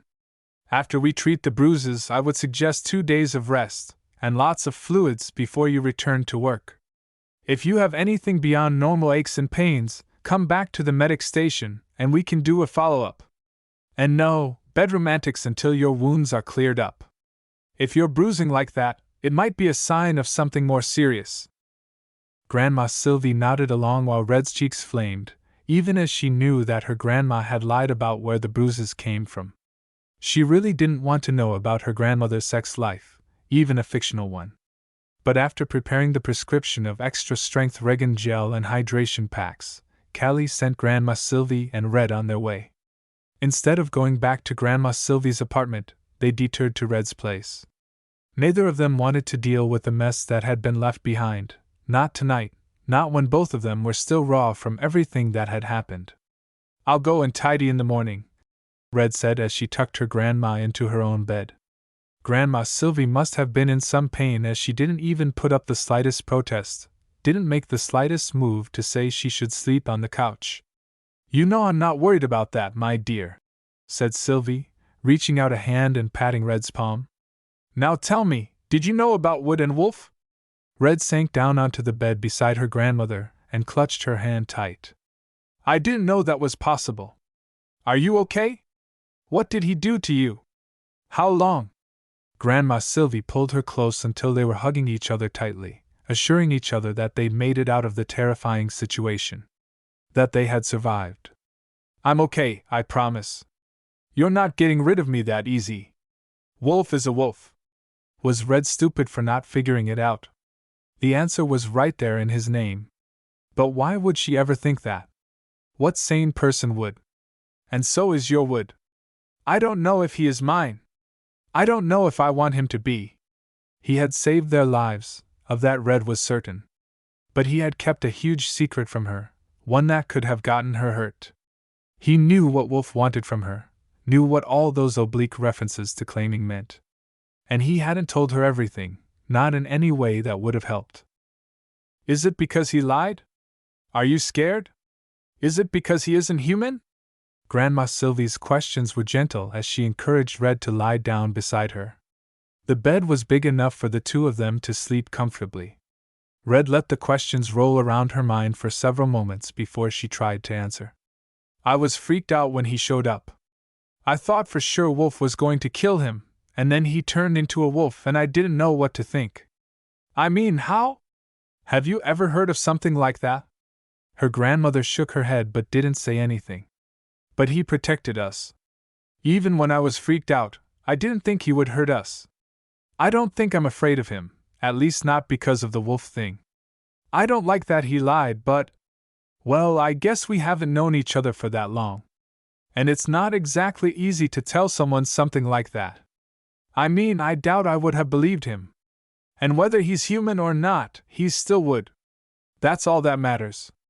We can figure it out in the morning, I promise, said Grandma Sylvie, her eyelids growing heavy as the night caught up with them. Let's just stay together for now. Keep each other safe. Things will be better in the morning. She drifted off quickly after that, and Red had some idea that she would stay awake, stand guard over her grandmother, but in a matter of moments her own eyelids grew heavy, and she was asleep in moments. The next day was a blur of movement. Red got her grandmother's apartment cleaned up, and the blood on the ground was a harsh reminder of what had happened. She had almost been willing to believe that the whole thing was a nightmare. If she hadn't woken up beside her grandmother, whose face and wrists still bore the brunt of what had been done to her, Red would have believed that nothing was nearly as bad as she remembered. By midday, Grandma Sylvie had climbed out of bed against the doctor's orders and was in her apartment helping Red clean. Are you really going to stay here all day and do this? Her grandma asked. Or are you going to go and find that man and get some answers for the both of us? Red didn't know what to do. She was still stuck between confused anger and desire for Wood, and if she saw him, she didn't know what she was going to say. She'd had a conviction to go after him the night before, but in the harsh light of day, even the artificial light of the inside of the colony, it was hard to believe that he would give her any answers. Maybe I should just let him go. She mumbled it into a trash bag where she was disposing of several dirted cloths. Are you sure that we're related? Grandma Sylvie asked. Are you sure that you're the girl who fought so hard to earn her place here, despite the sacrifices you had to make to qualify? Since when do you let a little fear, a little doubt get in your way? Even if you don't end up in bed with a man, and remember, I've seen him, it would be a shame if you let him go, but even if you don't, we both want to know what happened. He owes you that. He saved our lives. Does he really owe us anything? Red was inclined to believe the debt went the other way. Her grandma harumphed. If he knew what that wolf wanted, what he was up to, then certainly yes, he owes you a damned explanation. So go find him. If you can't do it for yourself, do it for me. Red teetered on the edge of indecision for another minute before she dropped her bag where she stood, gave her grandmother a hug, and left the room. She headed straight for Wood's quarters, but wasn't surprised when he didn't answer the door. She tried the handle anyway and found it unlocked. When she walked in, the place looked trashed, like he'd left in a hurry. His closet door hung open and most of his clothes seemed to be gone. Direct transport off the colony only happened a few times a month, but there was a twice-daily shuttle that ran colonists to the luxury resort 300 kilometers away. From there, getting transport to Earth was simple. Red went back to her room and found the communicator and tried to call Wood. He didn't answer. Even knowing that it was unlikely anyone would tell her anything, she went to the guard station and asked if there was any exit log last night or early in the morning for Wolf or Wood. The first guard she spoke to told her they couldn't give that information out. But the second was a woman that she had done her initial orientation with, and who knew that she and Wood had been dancing their way towards a relationship. She took pity on Red and checked the logs, letting her know that both Wolf and Wood had left on the early morning shuttle to the Mars luxury resort, and neither of them had scheduled a return to the colony. With that information in hand, Red returned to her room. She collapsed onto her couch and played with her communicator, unsure of her next move. She could hop on the next transport and be at the resort in a matter of hours, but it was more than likely that Wood and Wolf were long gone, off to settle matters however they were normally settled for people who could turn into animals. She imagined how disappointed Grandma Sylvie would be when she learned that they'd missed the men's departures by a matter of hours. Her grandma would probably yell at her to chase after Wood, to do whatever it took to find him. But Red didn't have the resources. Not the money, not the information, nothing. Maybe a private investigator could find Wood, given enough time, but this was between them. She didn't want to bring some stranger into it. So all Red had was his communicator code and the faint hope that he might listen to his messages. She called him again, and didn't let herself be discouraged when he didn't answer. Maybe he was busy or temporarily out of signal range. Eventually her message would make it to him, and then it would be his decision. He would call her or come back or stay away forever, and there was nothing more she could do about it at the moment. I know what happened last night was crazy, but I wanted you to know that I'm not scared of you. I'm not sure I understand, but I want to know more. I want to thank you for saving my grandma. And me. And I want to see you again. Please come home, Wood. I know that you have things to do, but just let me know everything is okay. And when you're ready, we'll talk. I'll be here. There was more she wanted to say, words sitting on the tip of her tongue that could tip the scales of their relationship. But Red wasn't going to let them out, not yet. Not until they were standing face to face and she could see Wood for herself, see that he was still as much a man as she'd always known, even if sometimes he happened to be more than human. She could find a way to accept that. She knew him. She cared for him, and she wanted him more than she could ever imagine wanting a person. He only needed to come back, and then everything would be okay. Her communicator beeped, and she practically jumped out of her seat, but when she read the screen she saw it was nothing to get excited about. All it confirmed was that her message had been received. Whether or not Wood listened, she wouldn't know. She just had to wait, had to find a well of patience she never needed before, and hold on for dear life. Chapter 8. An entire week crawled by and things returned to normal for everyone. Everyone except Red. She checked her communicator incessantly in the vain hope that Wood would call her back. But as hours turned into days and days turned into a week, she began to truly doubt that she'd ever see him again. The longer she went without seeing him, the harder it was to believe that what had happened to Grandma Sylvie had actually happened. Could Wolf and Wood really have transformed into winged wolves right in front of them? She knew what she'd seen, but as her grandmother's injuries healed and no word came from Wood, she started to wonder if her mind was somehow playing tricks on her. And Grandma Sylvie wasn't any help. Once her injuries had cleared, she'd hopped out of bed as if nothing had happened and seemed content to pretend that everything was fine. She didn't want to talk about Wolf at all, and her only questions about Wood were to ask whether or not he was coming back. Nothing about what he was, only where and when. Red would have gladly taken an answer to any of those questions. To try and keep herself sane, she threw her body into her work, spending even more hours than usual in the greenhouse, taking on some of the manual labor that was usually left to the various helper bots. If she exhausted herself every day, she couldn't dream at night.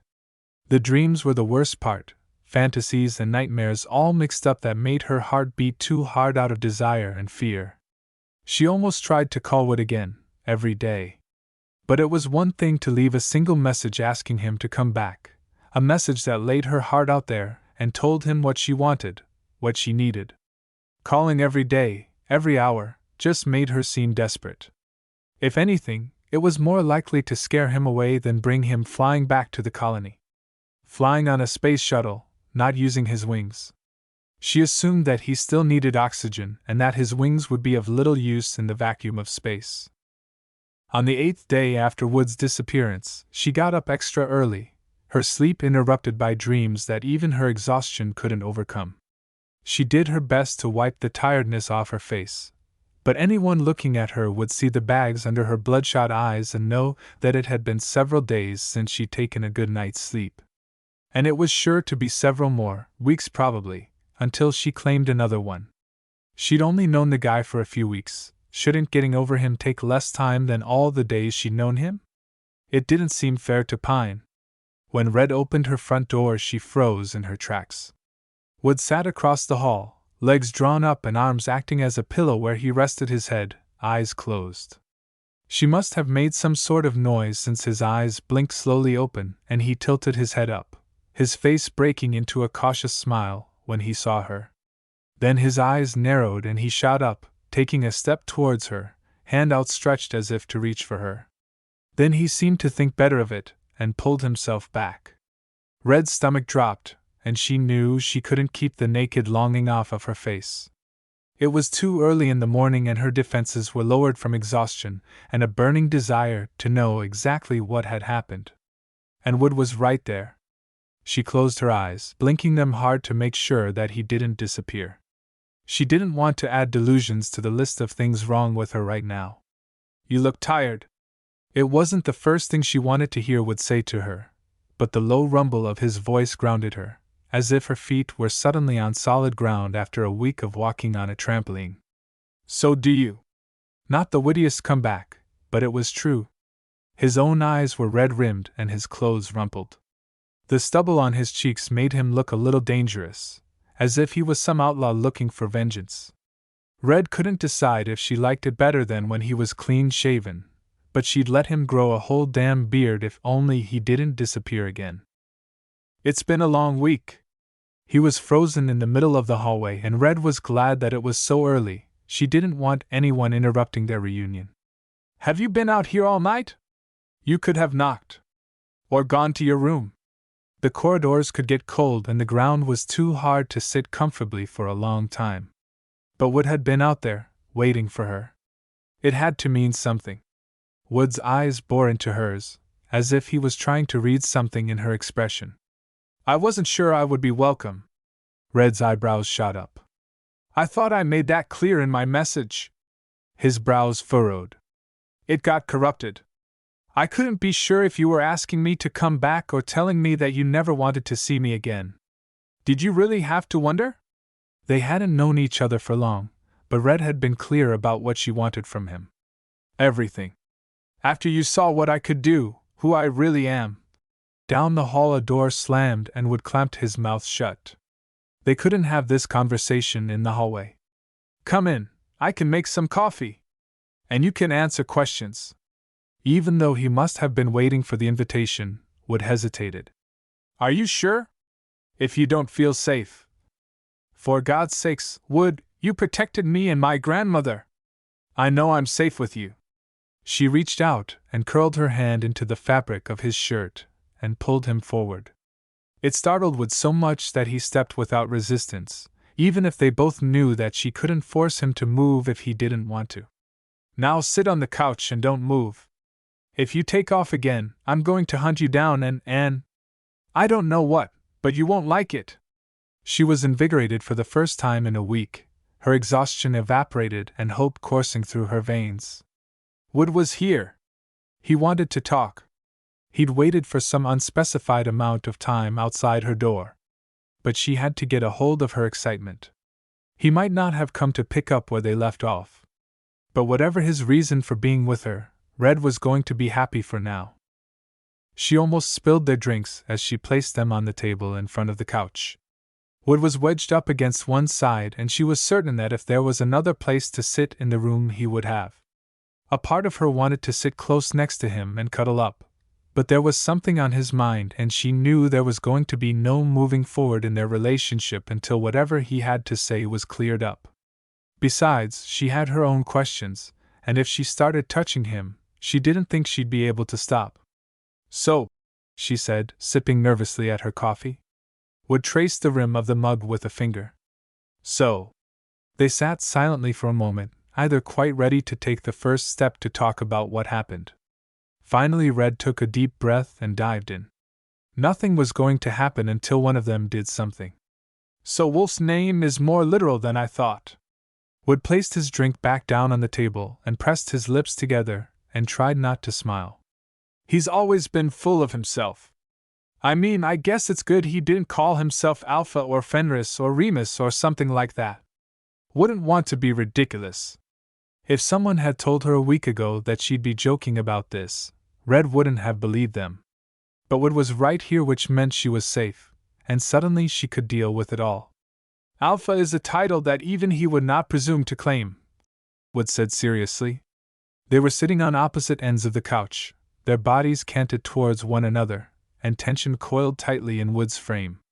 Whatever he was about to say, it wasn't easy for him to speak of it. "I had to remand him into custody of the nearest clan. That Alpha and her council will judge him and mete out punishment. Her? Why, that was the word that Red clung to, she wasn't sure. So there are female werewolves? She hadn't thought about it one way or another, but as she asked, she wondered why there wouldn't be. And are they always alphas? There are roughly the same number of female and male shifters. That's what we're called, not werewolves. And the alpha is determined by the clan, gender doesn't matter, only strength and leadership capability. He shifted in his seat, as if he was going to stand up, but seemed to think better of it at the last minute. Shifters. Red tried the word out, tried to imagine Wood as anything but a man, and even though she'd seen him shift, it was hard to do so when he was sitting right in front of her, looking like anyone else. Sometimes your eyes get reflective. Is that because? He nodded once. But otherwise you look human. Are you an alien? She'd written out a list of questions she had for him, and once she got in 30 deep, she ripped it up and put it in the incinerator. But just because she destroyed the page didn't mean that she didn't remember what she wanted to know. I am human, Wood insisted. As if to belie the claim, his eyes caught the light and flashed back at her. You've heard of humans being abducted from the planet, yes? Red nodded. There were always stories about it, reasons for people not to walk alone at night. She wasn't sure how much she believed it. It's been going on for thousands of years, practically since humans evolved. The universe is so old and vast that I wouldn't be surprised to hear that dinosaurs had been abducted. Dinosaurs, really? That stretched Red's imagination. But Wood's eyes had lit up. Yes, really. Why not? Red couldn't think of an answer to that, but she wasn't going to let herself get distracted by the thought that somewhere out in the universe, surviving T-Rexes might be walking around. But humans, that's what we're talking about. This was thousands of years ago, as best I can tell, sometime around when the pyramids in Egypt were built. Maybe even before that. My ancestors were abducted by a race of aliens dedicated to experimenting on certain species. And over the course of their work, they created the shifters. They honed us into the perfect predators, those who can hide among humans and attack with bodies they'd never expect. But our creators were too good at their work. Wood paused, meeting her eyes with a faint smile. Your ancestors revolted and killed them all, didn't they? Red didn't need a textbook to figure that part out. Wood's grin blossomed into a full smile. Yes, that's right. We claimed our own destiny and formed our own society. But as I told you the last time we spoke, it is highly regimented. There are the strong and the weak and nothing in between. I wanted more for myself, wanted to live as a man, not a beast. I come from a different clan than Wolf, but I recognized him the moment we met. Can you always recognize another shifter? Wood nodded. It's in the scent. We can't hide from one another. Scent? Red tried to breathe deep to make sure she didn't smell, but the only thing she took in was the scent of coffee that was permeating the apartment. Better than a normal human's. We're fast and strong, enhanced in ways you might not expect. Though I turn into a wolf, our creators took various animals into account when they transformed my ancestors. Those strengths still live on today. Like how? Wood thought for a moment. I can jump very high and very far, much further than a wolf or a human. My tree climbing skills could amaze you. Like a leopard? Red tried to remember as many facts as she could about predators, but a dozen thoughts piled up at once, and it was difficult to sort them out. What about speed? Wood nodded. Yes. Very fast. She could run down enhancements all day, but that wasn't the important part. And what about Wolf? You said he was going to be punished. But I don't understand what he was trying to do. What was all that claiming bull? And why didn't you tell me beforehand? I get that you didn't think I'd believe all this shifter stuff. It's kind of hard to imagine without seeing it for myself. But why not say something else? Is there a rule against it? No, Wood replied, voice going dark. I wanted to protect you from it. I should have said. Now he did get up and started to pace across the small room. My desire to live as a man should not have interfered with your safety. But Wolf triggered my instincts too. I was blinded by things that I should have controlled, and you paid the price. Red was on her feet before she realized it and standing in front of him. "Grandma and I are both okay," she assured him. "Freaked out, but okay. I'm not mad at you, but I need to know what's going on. If we're going to..." She trailed off, not wanting to get ahead of herself. "If we're going to what?" Wood reached out as if he couldn't stop himself, and tilted her head up. There wasn't much space between them, but they were both frozen, unable to close the distance. And then Red remembered how their last encounter had ended. "You said you wouldn't be able to walk away from me again." Wood's eyes drifted closed and his face contorted in pain, as if he were fighting an inner battle that Red couldn't see. He took a step back and let his hand drop. "Wolf wanted to claim you as his mate." He forced the words out, like he had to speak around a boulder in his throat. "Mate?" Red's mind stuttered to a halt. "Like mate? It was something she'd only heard of in stories, the towering alien claiming the simpering human female. A side effect of our enhancements. There are some people that shifters are drawn to very strongly. And when our instincts are driving us, we show how truly inhuman we can be." He took another half step back but didn't seem to be able to make himself move any further. "And that's why Wolf was doing what he was doing? Because he couldn't control himself?" The excuse made her sick to her stomach. "No," Wood spat. "We are still men. We still have the power of reason, of control, no matter how much our instincts are stirred. If we are rejected, we need to walk away. That is as it should be." "Should?" Some clans do not see it so. They believe that the stronger has the right to claim the weaker without regard for their wants. And that's what Wolf was trying to do. Wood nodded. "So what about you?"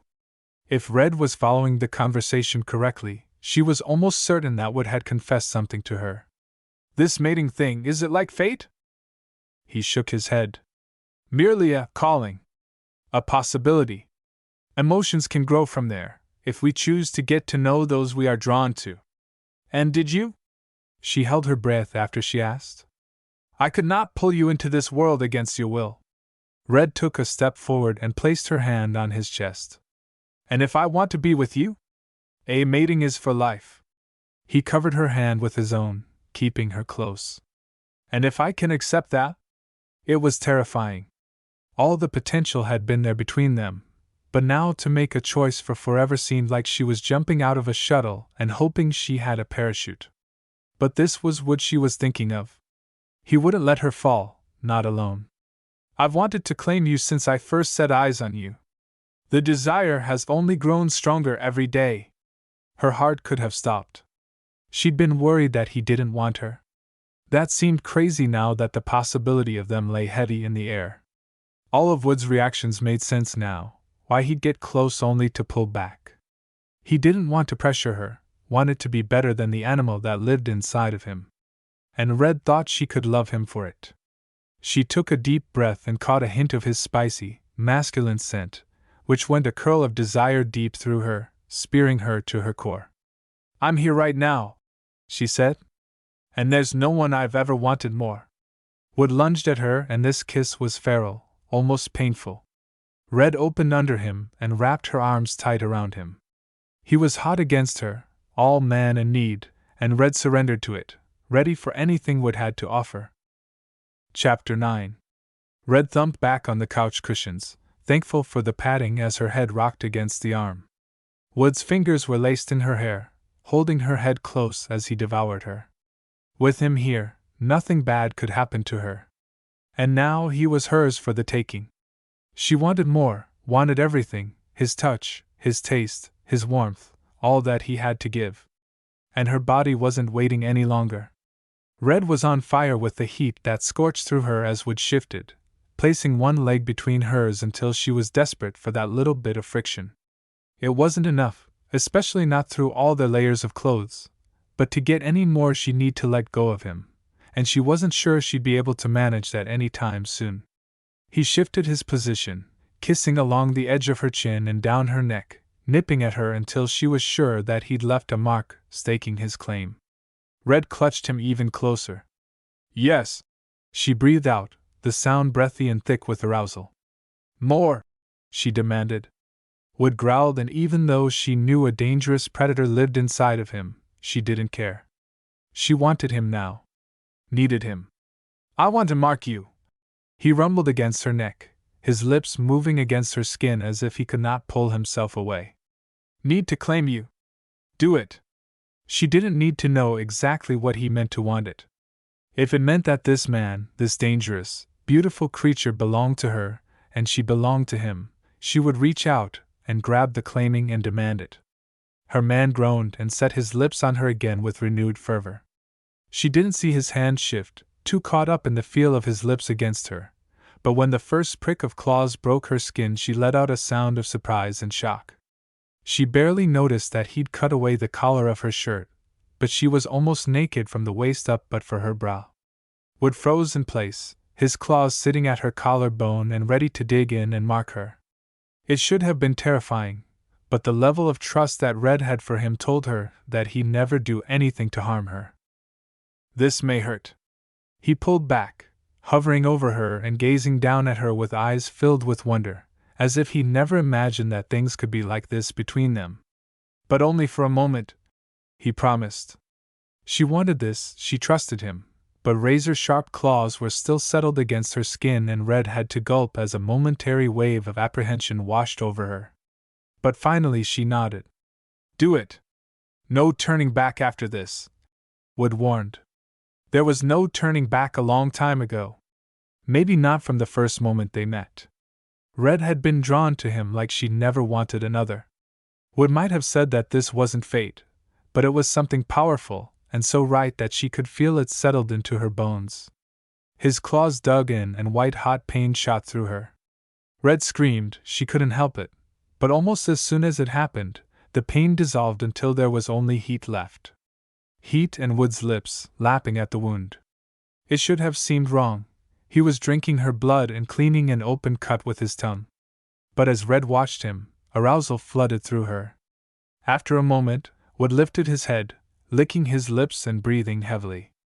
He traced his fingers, now completely human, over the newly formed mark scored between her collarbone and her breast. It looked like a new scar, red and shiny, but in the shape of claw marks. A sure sign that she'd been claimed by a shifter. Red surged up from where she was laying, a sudden wave of energy overtaking her. The movement startled Wood, and he fell back until she was the one on top of him, straddling his legs as if she was ready to ride him. Her shirt hung in tatters, and Red jerked it off and let her brow fall away too.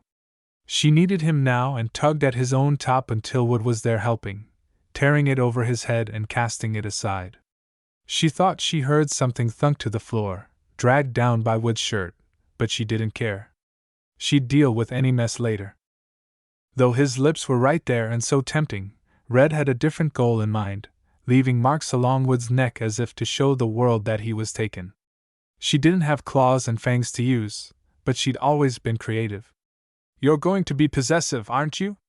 Wood groaned against her, arching up into her touch. You have no idea. Red had never wanted anyone so much, had never felt the riding urge to make everyone know that he belonged to her, but now that it was there, she didn't want it to go away. She made an embarrassing sound as Wood surged up, gathering her in his arms, their hot flesh pressed tightly against one another. Bed, he declared. The apartment wasn't large, and it was laid out like every other single-room unit in the colony. She didn't need to tell Wood where to go, and by the time she had a moment to worry about whether everything was tidy, he was already setting her down on the bed and crowding over her. Red loved it. She reached up and cradled his face in her hands, studying the harsh lines of his features and memorizing it all. God, this man was so perfect, so beautiful, so hers. And when he brushed his lips over hers, it was like coming home.